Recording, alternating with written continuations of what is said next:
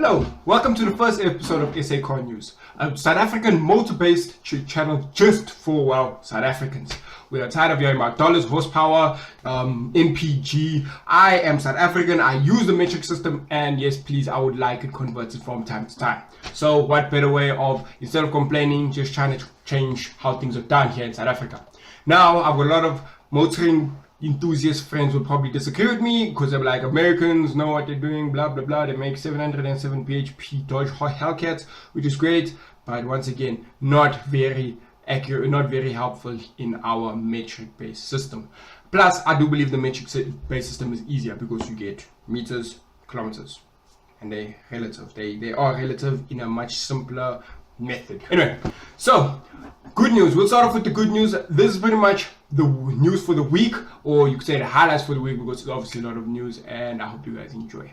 Audi A7. For me, the Audi A7 has always been the black sheep of the Audi family. It's always had sort of a different sort of demeanor. Now, granted, we have the Audi R8, which is sort of a supercar, and it's crazy Audi. It's Audi like sort of taking off their shirt and running through a soccer field, you know, while the security guards try to chase them. But it's not always the case, because if you think of it like the A7 is more for normal buying family consumers. Now, granted, it's not necessarily a family sedan because it does cut down on practicality because of that sloping hoofline. However, it is absolutely amazing, because this car was never meant to be a normal Audi. It was always different. And when I heard they were making a second generation, oh, you can imagine, I was so excited. I was like, yes, about time. Because that car always took the essence of Audi, you know, the boring copy and paste design, and put it in a completely non-Audi body, which made it beautiful in my opinion.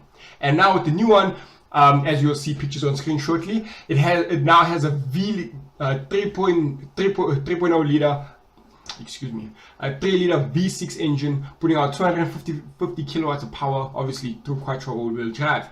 It has 3 screens. Doesn't really matter to me, I mean, because that car just looks amazing. Just take a look at it right there. The backlight is fantastic. It's probably going to have one long top third brake light as well to add to that muscular effect. Longer wheelbase, but still the same length, which is quite fantastic for people in the back seat. And it's going to have a slight hybrid system and all-wheel steering thanks to the bigger S8. Okay, on to more bad news or sad news for Nissan owners. I apologize. Probably it actually probably won't affect us, but it's good to know. Inspection scandal. Sadly, they are in the spotlight for not doing anything, for doing something bad.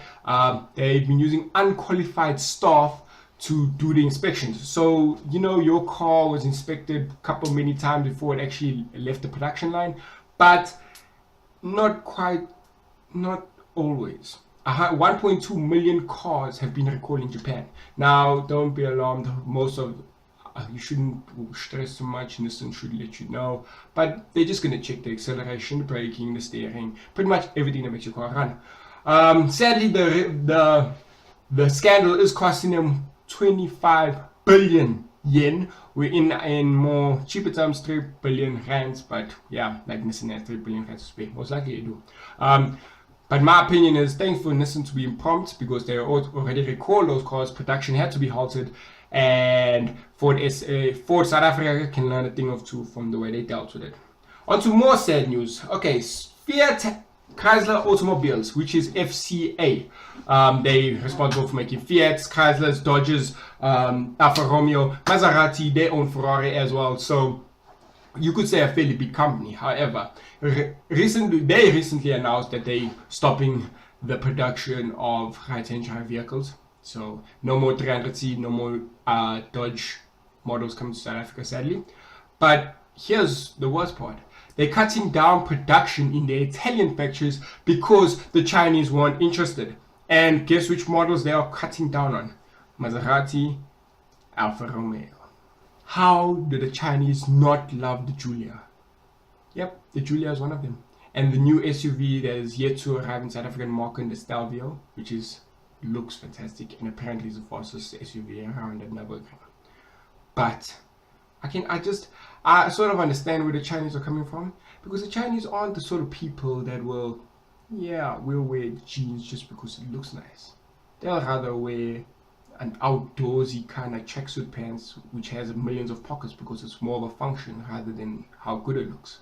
And it's the same thing with the Julia. The Julia is absolutely, it's a passionate buy. It's not the kind of buy that you like. It makes sense because the Julia, we know Alphas aren't the most reliable cars around.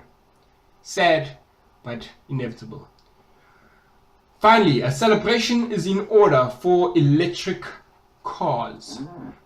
A team in Los Angeles named ITAP, which is IT Asset Partners, had modified a E39 5 Series BMW worth around $14,000, which is 190,000 rand. Not bad for an electric car. To achieve the newest Guinness World Record distance at 1,204 kilometers off one charge. Now that's amazing. That's something to celebrate about. So good job, team. Good job. Obviously Tesla won't be too happy about that. Yeah, you guys only lost 500 kilometers. Oops. And I'm guessing more companies are gonna be paving the way for such records because at $14,000, that almost seems like a steal.